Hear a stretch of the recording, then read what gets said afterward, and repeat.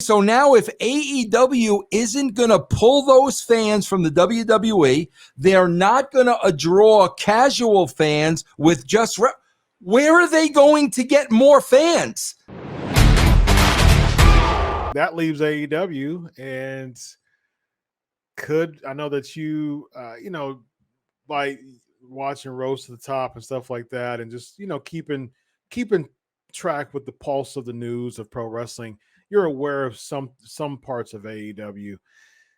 They don't have a very strong women's division. They brought in Ruby Soho, and Britt Baker's pretty over.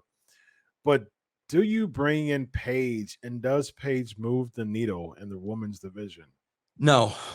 She will add to the women's division. She will make the women's division better. That is not going to mean numbers for them. That's not going to mean numbers. Chris, listen, we're finding something out here.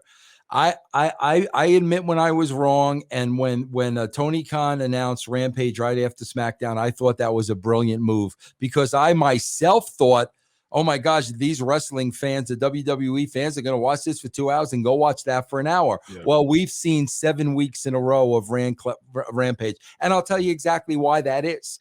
The 2 million fans that watch WWE, bro, that's the format they like.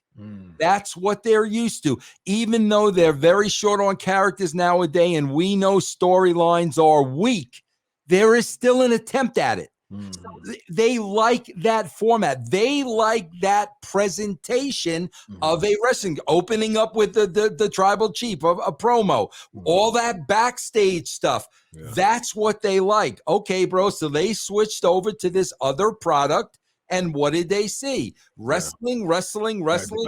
That's not what they like. Yeah. So again, the question is, so now if AEW isn't going to pull those fans from the WWE, they're not going to draw casual fans with just where are they going to get more fans? They're not, because from a casual standpoint, they're looking for entertainment. All right, so that's one of the biggest reasons why the casual fans have parted. That's because the entertainment factor is fading fast, and has been fading for the past 20 years, really. And so with the current WWE products, you don't really have that entertainment factor, so people are leaving by the droves, right?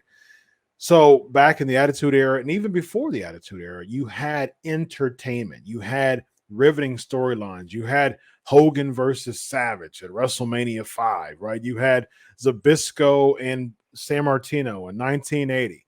You had so many. You had Hogan Andre. You had so many riveting storylines that capture the interest of the fans, and so that was the entertainment. It wasn't necessarily, a lot of things that was you just throw it to the wall and see if it sticks. Now, there's some benefits of that too, from an episodic standpoint, from episodic television. Like, for instance, when you were booking, it was more that crash TV type of thing. We want to keep people glued in. We don't want them to go away. We still have Monday Night Football. We want to do as much as we can to keep them and reel them in, right? But back in the day, you didn't have a lot of that exposure television-wise, so you were able to stretch out angles a lot more with Hogan Andre, with Hogan Savage, things like that, with Jake and Warrior and Undertaker, that whole "do you trust me" thing. But now, though, it's like there's not that riveting entertainment television through the story arcs. And with AEW, you have storylines that makes the pieces of the puzzle make sense. I would give it to them more than even WWE. You have storylines that makes things make sense, but at the same time, since the emphasis is so wrestling heavy, boom, boom, boom, boom, boom, boom, boom, boom, boom, it kind of takes away from the allure of grabbing me from the story. Yeah. And so that's the thing that AEW needs to get in order to bring people to it. Like, for instance, Malachi Black, super cool gimmick, but it's not really helping him because it's not really being used for a story. You know what I mean? He's just some creepy, cool, very emo-ish, dark figure that people have cling to, but there's nothing about Malachi Black that is attached to a story right now. And so that's the entertainment factor that's lacking. Well, Chris, it's this simple. We were talking about this today, and I'm going to go to Vince McMahon Sr. Bro, Vince McMahon Sr. was P.T. Barnum.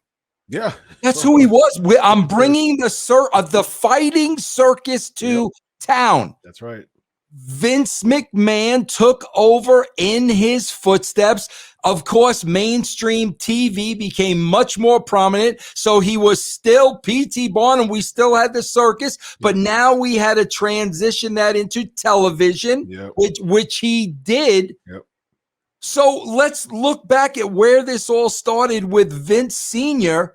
and go all the way to Tony Khan. Yeah. Bro, these are two completely different businesses. This is not this. They're not the circus. That's not the circus with the characters and the color, and that's not that. So you look at Vince Sr. This is what professional wrestling is. This is the way he presented it. Vince Jr. carried that on. This is not that. That's true. And the bottom line is, whatever you want to call that, bro, performance art, whatever you want to call it whatever you want. The fact of the matter is that draws a much smaller audience than professional wrestling. That's true. And even if you want to call it sports entertainment, though, that's still lacking, because for me, Conor McGregor setting up an MMA, a UFC bout is sports entertainment, because his character is so riveting enough that people love to hate him. You know what I mean? Ronda Rousey, when she was in UFC, that's sports entertainment to me, because her character was so, she was such a bad girl, you know what I mean, that people wanted to see who could dethrone her. And it's just like, they're not even missing the characters. I mean, Floyd Mayweather with boxing, Muhammad Ali with go all the way back. It's like you have all these characters. That, to me, that's sports entertainment. Because it's not just a boxing match. It's not just a UFC fight. It's a character that you want to lose, that you want to see lose, because they're so cocky. They're so arrogant. I'm the greatest. Can't nobody beat me. Conor McGregor's like that. He's been like that for years. Those are the people who make the most money, because those are the people who are drawing the crowds. Nowadays, within the WWE, they call themselves sports entertainment, even AEW. Where's the entertainment factor at? So that's a good point, Vince. You're talking about provoking. You want to provoke emotion. That's right. That's why I used to say, although it's babyface, is it a heel? I don't care what they are, as long as the audience is emotionally attached. Some people want to boo for The Rock. Some people want to cheer for The Rock. I don't care. What I care about is they care about The Rock. That's what I care about. Those emotions are gone, bro.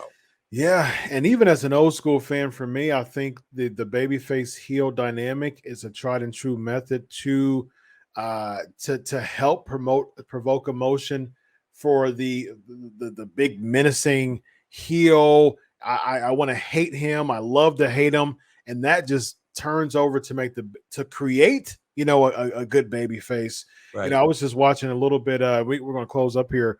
I was just watching a little bit of the Johnny K9 Dark Side of the Ring, and I haven't finished it as of this recording. I haven't finished it yet. I probably will by the time this is released.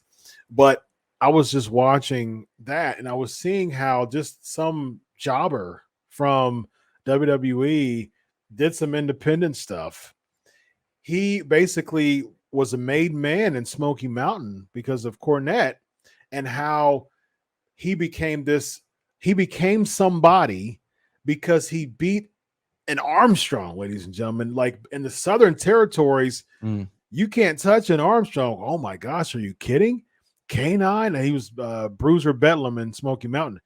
I don't know this guy, but he he beat one of the most lovable people in the whole company. Now I've got to pay attention, you know what I mean, to this guy. And so that's how you provoke emotion, man. It's not really it's not a difficult format, Vince Russo. Yeah, no, I mean, we can go down the list of the roster, and why do we care about this guy, this guy, this guy, and you wouldn't have an answer for it. You wouldn't have an answer. Right, you exactly. Not have an answer. Absolutely. Well, ladies and gentlemen, I know one answer, and that this tandem here on Writing with Russo is the greatest tandem that you possibly can get in pro wrestling podcasting. Vince Russo, this guy here, once again, love it or hate it, the former. Matter of fact, let me do this real quick, man. Let me do this real quick. Yes, there it is. Yes, right there. The former, this guy right here, right there, the man. Former WCW World Heavyweight Champion, ladies and gentlemen, Vince Russo. Yes. And listen, I forgot to give Ruju a headline. Ruju, Vince Russo says Paige has holes in her socks. Paige has holes in her socks. I got to make sure I give him the headline for tomorrow. They can run with it. Headline. Ruju. Go ahead, give it to him. Headline: Paige. Vince Russo says Paige is 24 and she's really 29. Yes, very nice. Paige lying about her age. Yes, very nice. Lying about her age, ladies and gentlemen. Vince Russo, Dr. Chris Featherstone. This is Writing with Russo. So long.